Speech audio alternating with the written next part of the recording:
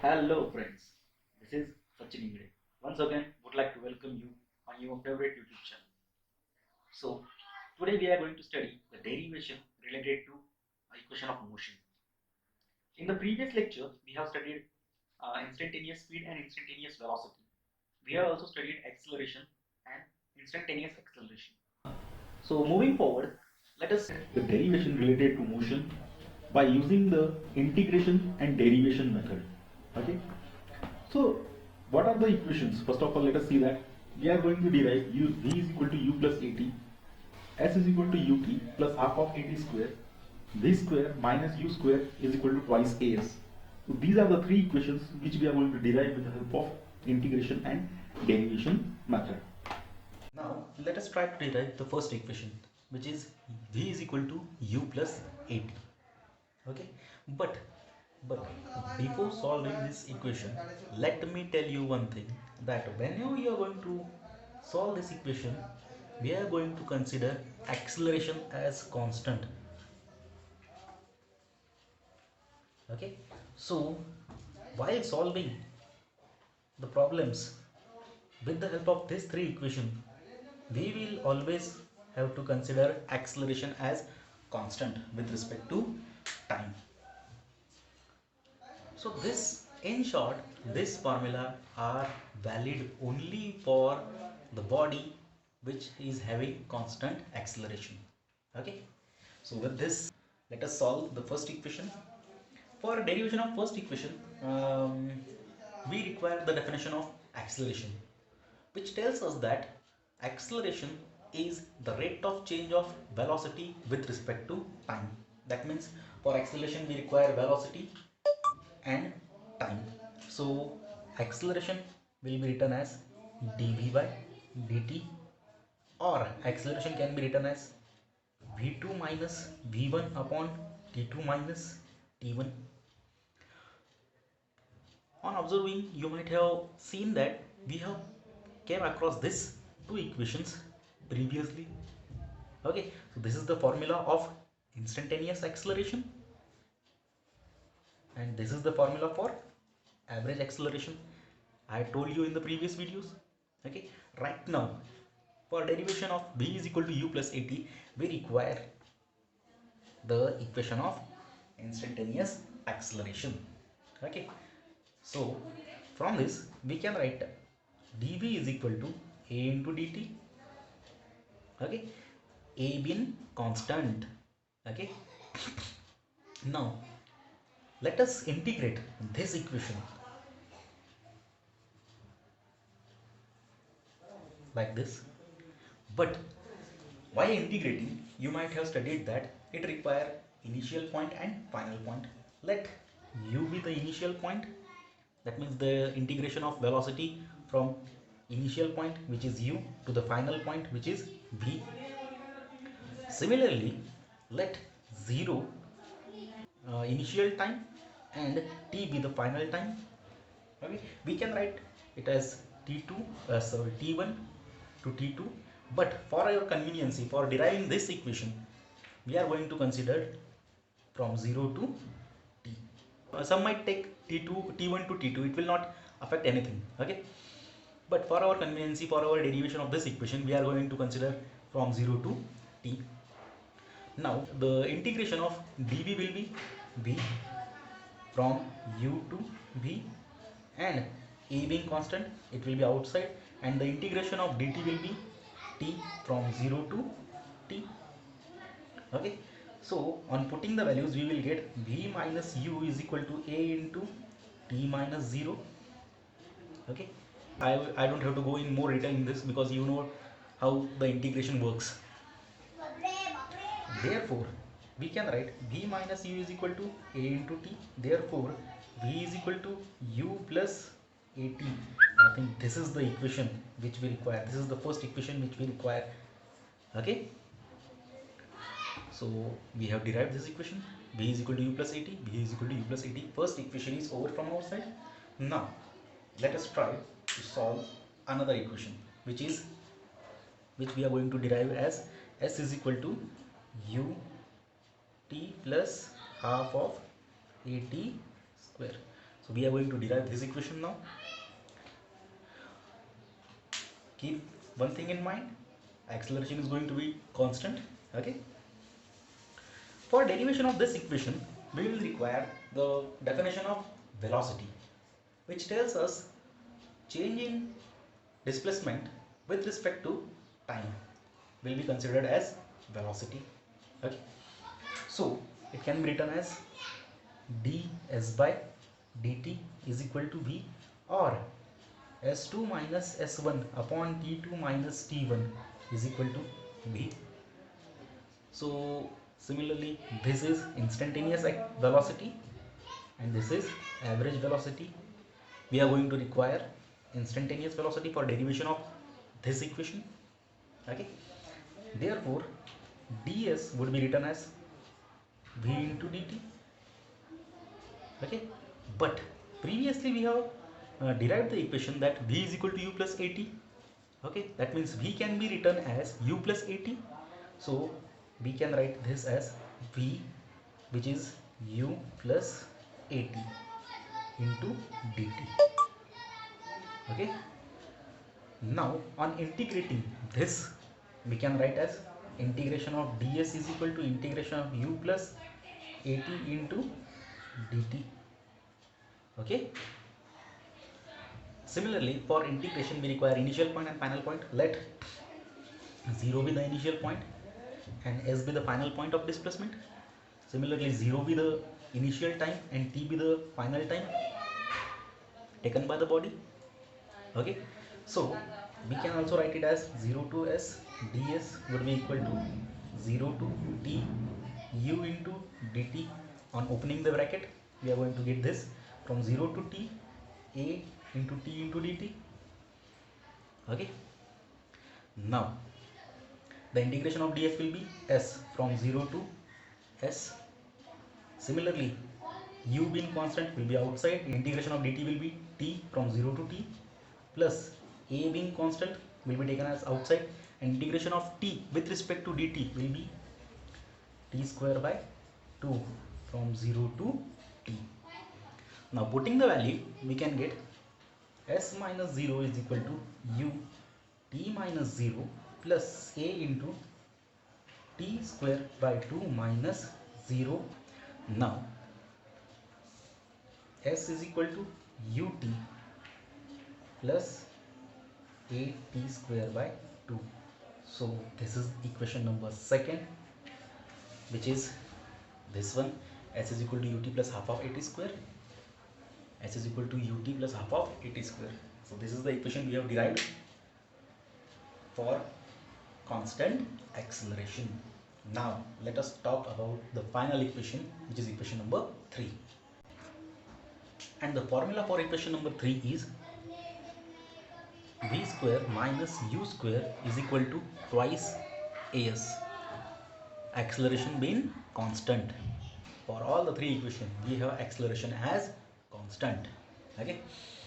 So let us try to derive this. We know that, now we all know that a is equal to dv by dt. Okay. We all know that now. This is the equation of instantaneous acceleration. Now let us multiply this with ds by ds. Why I am doing this, you are going to get it afterward, but whenever you are going to solve third equation, always multiply by ds upon ds. Okay. So this can be rearranged as a is equal to dv by ds into ds by dt. See, ds by ds, dv by dt. Okay. But I think the ds by dt, you might have studied it. Change in displacement with respect to time, which gives us velocity. So this can be written as dv by ds into v. Have you got it now? That's why I had multiplied and divided with ds. Okay. Now let us move forward and try to rearrange them. It would be written as a into ds is equal to v into dv. Okay. Now let us once again try to integrate them. So integration of a ds is equal to integration of v dv. Integration being from as a is constant, integration would be from displacement from initial point to the displacement at final point. Similarly, velocity being from initial point, let be u, to the final point be v. Okay, so let us try to move forward and let us try to derive this equation. Now acceleration being constant, it is outside s, from 0 to s, integration of ds will be s, and that from 0 to s. Now similarly the velocity will be, the integration of velocity will be v square by 2 from u to v.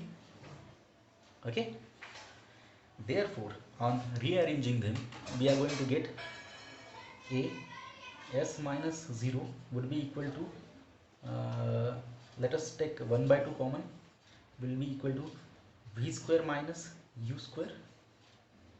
Okay, so as is equal to 1 by 2 v square minus u square, and this can be written as twice as is equal to v square minus u square, equation number C. And I think this is the equation which we wanted to derive. V square minus u square is equal to twice as. So in this way we have derived all the three equations with the help of integration and derivation method. Okay, now we are going to take some problems. ये हमारा पहला problem है दोस्तों, जिसके अंदर हमें पूछा गया है if v is equal to 2t square minus 4t, then find acceleration at t is equal to 3 second. तीसरे सेकंड पे हमें एक्सेलरेशन पूछा गया है. ओके, अब एक्सेलरेशन पे हमें पता है दो फॉर्मूले हैं, a is equal to D V by D T, और दूसरा है a is equal to V two minus V one upon T two minus T one, बराबर है. तो भाई ये दोनों में से कौन सा फॉर्मूला यूज करना है? ये फॉर्मूला एवरेज का है, एवरेज एक्सेलरेशन का, और ये फॉर्मूला इंस्टेंटेनियस एक्सेलरेशन का है, बराबर.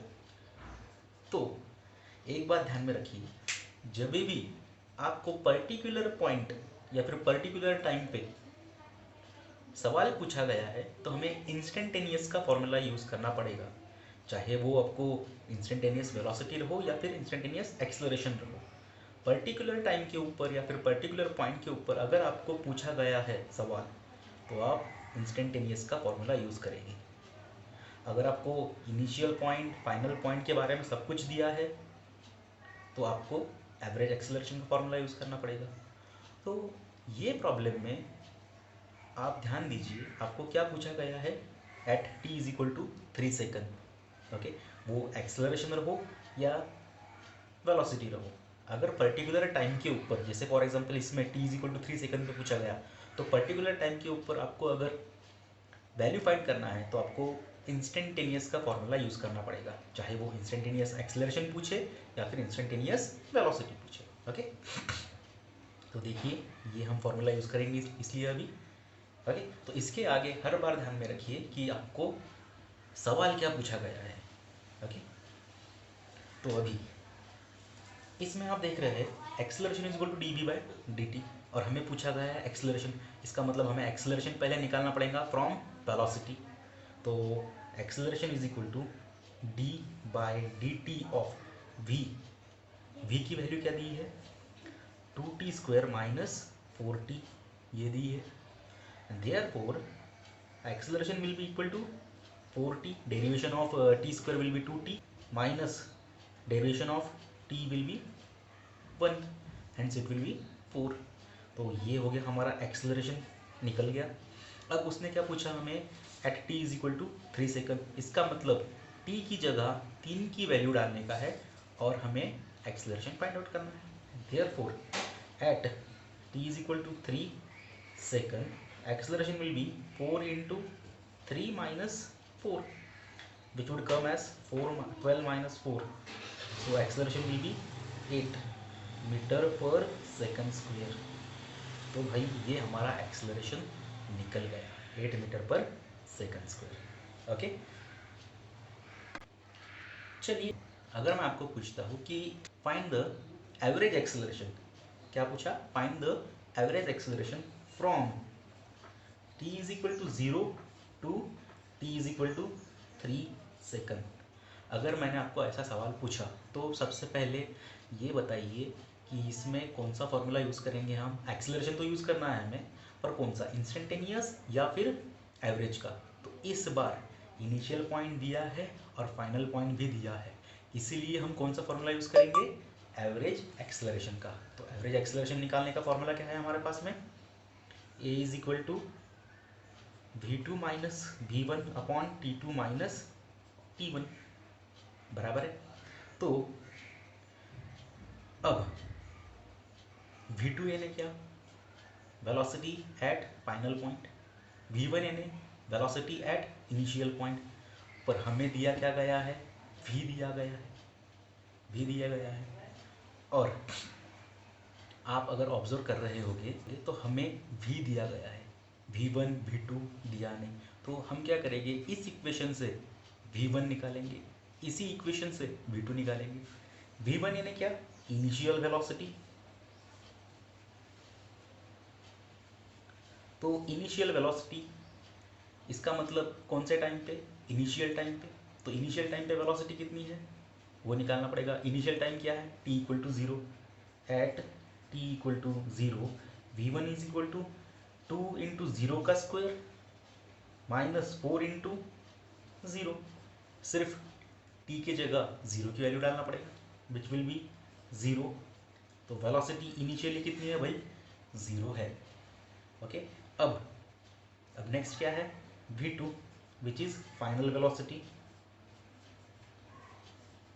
तो putting the value of final time which is t equal to 3 second in this equation, we will get v2. v2 is equal to 2 into 3 का स्क्वायर माइनस 4 इंटू 3। समझ में आ रहा है? Which would come as v2 is equal to 6 meter per second. Okay, अब time भी हमारे पास में है, फाइनल टाइम भी है, इनिशियल टाइम भी है, फाइनल वेलोसिटी भी है, इनिशियल वेलोसिटी भी है। तो एक्सेलरेशन के फॉर्मूले में डाल देते हैं, which is v2 minus V one upon t2 minus t1, which would come as 6 v2 minus 0 v1 upon final time 3 second minus initial time 0 second, and acceleration would be 2 meter per second square. तो मैंने ये सवाल इसलिए लिया है ताकि आपको average और इंस्टेंटेनियस में फ़र्क समझ आए। अगर ये आपको समझ में आया फ़र्क, तो आप आगे के प्रॉब्लम आसानी से सॉल्व कर पाएंगे। तो इसी के साथ हम अभी नेक्स्ट प्रॉब्लम लेते हैं, जिससे और आपके कंसेप्ट क्लियर होंगे। अभी हमारा सवाल है, if s is equal to T cube minus 6t, इसका मतलब ये डिस्प्लेसमेंट है, s is displacement. Okay, if this is the equation of displacement, find the acceleration when body is at rest। Okay, आपको सवाल दिया गया है, हमें एक्सेलरेशन फाइंड करना है जब बॉडी रेस्ट पे होगी। ओके, तो आप पूछेंगे कि भाई ये ऐसा कैसा सवाल है, बॉडी रेस्ट पे है इसका मतलब एक्सेलरेशन 0 ही है, बराबर? यार ये जवाब नहीं, ये बॉडी की कुछ ना कुछ एक्सेलरेशन रहने वाली है। बॉडी रेस्ट पे है इसका मतलब उसकी वेलोसिटी 0 है, बराबर है, पर उसका एक्सेलरेशन 0 है? नहीं, ये ऐसा नहीं हो सकता। तो इसी बात को प्रूव करने के लिए मैंने ये प्रॉब्लम सिलेक्ट किया है। ओके, तो देखते हैं प्रॉब्लम में, जैसा हम प्रॉब्लम देखते हैं उसके हिसाब से a इज इक्वल टू 0 आता है क्या, वो देखेंगे। ओके, तो देखिए, हमें दिया गया है s is equal to T cube minus 6t square, ये इक्वेशन है हमें, और हमें एक्सेलरेशन पूछा गया है, तो हमें एक्सेलरेशन तक जाना पड़ेगा, बराबर है। तो इसका मतलब हमें वेलोसिटी भी निकालना पड़ेगा, और वेलोसिटी निकालने के बाद में एक्सेलरेशन भी निकालना पड़ेगा। तो इसका मतलब अगर वेलोसिटी निकालना है तो v is equal to D S by D T, ये फॉर्मूला लगेगा, और एक्सेलरेशन निकालना है तो D V by D T, ये फॉर्मूला लगेगा, बराबर है। अभी d by D T of s की वैल्यू क्या आएंगी? T cube minus 6t²। Therefore v is equal to क्या आ जाएगा 3t² minus 6 to the 12t। आपको अभी बताने की ज़रूरत नहीं, डेरिवेशन इंटीग्रेशन के बारे में आप बहुत कुछ जानते हैं, ये बहुत सिंपल डेरिवेशन है। ओके, तो ये आ गया हमारा इक्वेशन नंबर 1 जो अपने वो गिवन था, ये आ गया हमारा इक्वेशन नंबर 2 जो हमने अभी निकाला। और अभी इस पे से हम निकालते हैं एक्सेलरेशन। तो एक्सेलरेशन का फॉर्मूला क्या है, dv/dt which comes to be d/dt of v की वैल्यू क्या है 3t² माइनस 12t बराबर है। तो अगर इसको सॉल्व करेंगे तो क्या आएगा 6t माइनस 12। तो ये हमारा एक्सेलरेशन हो गया भाई। तो हमारे पास में डिस्प्लेसमेंट भी है, वेलोसिटी भी है और एक्सेलरेशन भी है। यहाँ तक हमने निकाल लिया। ओके, अब चलिए उसने क्या पूछा, find the acceleration when body is at rest. Acceleration निकालना है जब बॉडी रेस्ट पे है। बॉडी रेस्ट पे है इसका मतलब उसकी वेलोसिटी जीरो है, ये हमने स्टार्टिंग में ही बताया था, बराबर है। तो हम एक काम करते हैं, बॉडी कब रेस्ट में आएंगी, जब उसकी वेलोसिटी जीरो रहेगी। तो वेलोसिटी का इक्वेशन कौन सा है, इक्वेशन नंबर 2। यहाँ पे अगर मैंने बॉडी को रेस्ट में लाना है तो वेलोसिटी क्या आने को होना जीरो, तो v is equal to zero ऐसा लिख लेते हैं यहाँ पे। तो इसका मतलब ये जो है इक्वेशन 3t² माइनस 12t, ये क्या आने को होना, अगर बॉडी रेस्ट पे होना तो जीरो आने को होना। तो हम एक काम करते हैं, टाइम निकालते हैं जिसके ऊपर वेलोसिटी जीरो रहेगी या फिर बॉडी रेस्ट में रहेगी। तो ये कैसे आ जाएगा, तो हम अभी एक काम करते हैं, इसमें से t कॉमन निकाल लेते हैं। तो t कॉमन निकालने के बाद में 3t minus 12 equal to zero, ये एक इक्वेशन आ जाएगा, बराबर है। तो इसको सॉल्व करने के बाद में हमारे पास में दो वैल्यू आ सकते हैं, t is equal to zero और t इज इक्वल टू 4। या आपको पता है इसके बारे में इक्वेशन सॉल्व करने के बाद में। ओके, इक्वेशन कैसे सॉल्व करते हो आपको पता है। ओके, तो अभी दो कंडीशन पे हमारी जो बॉडी है वो रेस्ट पे रहेगी, when time is zero and when time is 4 second. Okay, तो अभी क्या, अभी हम एक काम करते हैं, ये पॉइंट पे, ये टाइम पे और ये टाइम पे हमारी बॉडी रेस्ट में रहने वाली है। तो वो टाइम पे एक्सेलरेशन क्या है ये निकालने की कोशिश करते हैं। इसका मतलब t is equal to zero की वैल्यू एक्सेलरेशन के इक्वेशन में डालेंगे और एक्सेलरेशन क्या है वो निकालने की कोशिश करेंगे। Similarly t is equal to 4 की वैल्यू एक्सेलरेशन के इक्वेशन में डालेंगे और एक्सेलरेशन निकालने की कोशिश करेंगे। हाँ, नोट वर्दी पॉइंट क्या है कि ये दो टाइम पे t is equal to zero और t इज इक्वल टू 4 पे वेलोसिटी कितनी है भाई, जीरो। इसका मतलब बॉडी काय पे है, रेस्ट में। और ये जब बॉडी रेस्ट में है तो उसके एक्सेलरेशन क्या है वो निकालना है। और उसी सवाल का जवाब निकालना है हमें कि भाई एक्सेलरेशन अगर बॉडी रेस्ट में है तो एक्सेलरेशन ज़ीरो रहेगा क्या, वो देखना है। तो देखिए पहले हम डालने की कोशिश करते हैं at t is equal to zero पे। Therefore a is equal to 6 into 0 minus 12 is equal to -12, a is equal to -12 metre per second square. Acceleration की वैल्यू भाई ज़ीरो नहीं है, बॉडी रेस्ट पे है तभी भी एक्सेलरेशन की वैल्यू ज़ीरो नहीं है, वो है माइनस। और माइनस का मतलब क्या होता है कि बॉडी की एक्सेलरेशन कम हो रही है। एक्सेलरेशन कम होना यानी बॉडी रिटार्ड हो रही है, बॉडी का एक्सेलरेशन रिटार्डेशन में है। इसका मतलब जब भी एक्सेलरेशन कम होता है तो बॉडी इज इन रिटार्डेशन, ऐसा कहा जाता है। ओके, अब हम कोशिश करते हैं at t is equal to 4 second पे डालने की। ओके, तो अभी यहाँ पे at t is equal to 4 second डालता हूँ तो क्या आएगा फिर a is equal to 6 into T की जगह 4 minus 12 which is 24 minus 12 and acceleration comes to be 12 metre per second square. अब क्या है, acceleration 12 metre per second square है पर बॉडी रेस्ट में है। पिछले बार a is equal to -12 metre per second square था at t is equal to 0 second पे, पर बॉडी तभी भी रेस्ट पे थी। ये टाइम पे भी एक्सेलरेशन की वैल्यू कुछ तो भी आई, ज़ीरो नहीं आई और बॉडी अभी भी रेस्ट में है। ओके, दिस प्रूव्स वेलोसिटी अगर ज़ीरो है तो एक्सेलरेशन ज़ीरो रहेगा, कंपलसरी नहीं है ये MCQ के लायक क्वेश्चन है, MCQ में पूछ सकते हैं। If the body is at rest the acceleration will be zero और will have some value, true और फॉल्स में भी पूछ सकते हैं। ओके, अब तो ये हो गया हमारा आज का वीडियो। हम इसके बाद में थोड़े से कॉम्प्लिकेटेड प्रॉब्लम्स लेने की कोशिश करेंगे। ये तो सिंपल प्रॉब्लम्स है भाई, ये सिर्फ आपके कंसेप्ट्स क्लियर करवाने के लिए प्रॉब्लम्स थे। इसके बाद के प्रॉब्लम्स हम थोड़े से कॉम्प्लिकेटेड लेने वाले हैं, जिसके ऊपर पेपर में प्रॉब्लम्स पूछे जा सकते हैं। ओके, और हम इंजीनियरिंग से रिलेटेड प्रॉब्लम्स लेंगे अगली वीडियो में, और ट्राई करेंगे कि एक ही वीडियो में बहुत सारे प्रॉब्लम्स कवर करने की कोशिश करें, या फिर हम दूसरा भी वीडियो प्रॉब्लम्स के ऊपर ही डेडिकेट करेंगे। Okay, so once again this is Sachin Ingade, would like to thank you, and once again would like to request you to please subscribe my channel. Thank you.